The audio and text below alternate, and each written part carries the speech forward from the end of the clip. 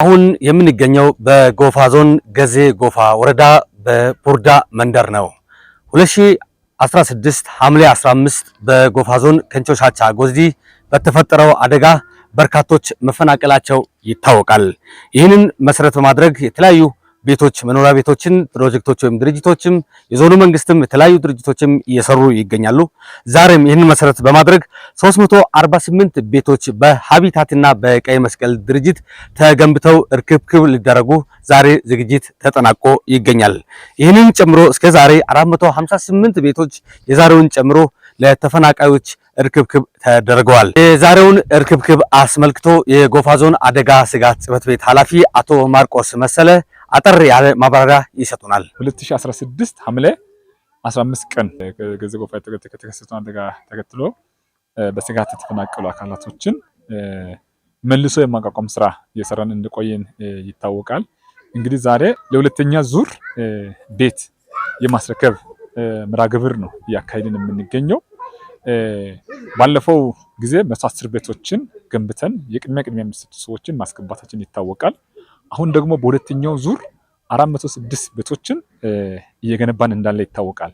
ከዚህ ግንባታ ሂደታቸውን ጨርሶ መግባት ወደሚችል ደረጃ ያደረስናቸውን 348 ቤቶች ውስጥ ሰዎችን ተፈናቃዮችን በስጋት የተፈናቀሉ አካላቶችን የማስገባት ስራ ነው እየሰራን የምንገኘው። እንግዲህ ከነኚህ ቤት ግንባታዎች ውስጥ 88 ቤቶች መጠለያ ለሰው ልጆች ድርጅት በገንዘብ ድጋፍ አድርጎልን ዞን መንግስት እያስገነባቸው ናቸው። 260 የሚሆኑ ደግሞ የኢትዮጵያ ቀይ መስቀል ድርጅት እያስገነባ የሚገኙ ቤቶች ላይ ነው ዛሬ ሰዎችን እያስገባን የምንገኘው። እንግዲህ ኋላ የሚታዩ እነኚህ ቤቶች ላይ ወደ 348 የሚሆኑ ቤቶች ላይ ዛሬ ተፈናቃዮችን ለሁለተኛ ዙር እያስገባን ነው የምንገኘው። እንግዲህ አጠቃላይ እስካሁን ድረስ ያስገባነው ወደ 458 የሚሆኑ ተፈናቃዮችን ቤት እንዲያገኙ የማድረግ ስራ ተሰርቷል ማለት ነው። ቀጣይም በሶስተኛ ዙር ያቀናቸው ቀሪ ቤቶችን የግንባታ ሂደት ኦልሞስት ጨርሰን እየገባን ስላለ ያንንም ቀጥለን ገንብተን በአጭር ጊዜ ውስጥ እናስገባለን። እንግዲህ አሁን እስካሁን ድረስ ባለው ቤት የመስጠት ሂደት ውስጥ ቤት ገንብቶ የማስገባት ሂደት ውስጥ በዋናነት ከፍተኛ ስጋት ውስጥ ያሉና ቤት ንብረታቸው የተጎዱ ሰዎችን ቤት እንዲያገኙ አድርገናል። ቀጣይም ስጋት ነው ሰዎች መኖር ያሰጋል ብለን ያልናቸው ቦታዎች ቀሪ ሰዎች የሚቀሩ አሉ በቤታቸው የሚኖሩ። ነገር ግን እነሱንም በሶስተኛው ዙር በጀመርነው ግንባታ አጠናቀን የምናስገባ ይሆናል ማለት ነው። የቤት አሰጣጡን በተመለከተ እንግዲህ በቀበሌ ደረጃ የቀበሌ የአደጋ ስጋት ስራ አመራር ምክር ቤት አባላት አሉ። አባላትን ጭምር ማጠናከር ያስፈልጋል ብሎ ከአጠቃላይ ህዝቡ ጋር ተወያይተን አጠናክረን አደራጅተን አስተካክለን በእነሱ በኩል ተመልምሏል። ከነሱ ሲያልፍ ቅሬታ የሚሰማ ቅሬታ ሰሚ ኮሚቴ አለ።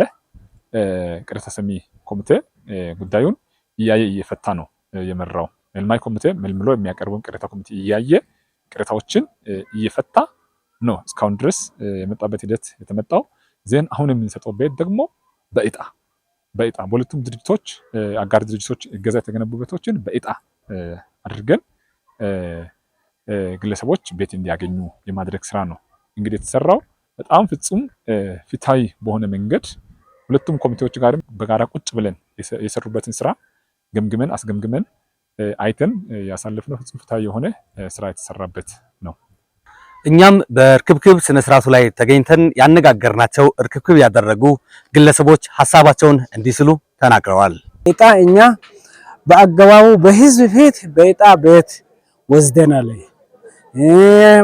ምንም ነገር የሚለው ነገር የለም። ወረዳውን እግዚአብሔር ይባርከው፣ ዞኑን መንግስትን የሰራው ድርጅትን አመሰግናለሁ።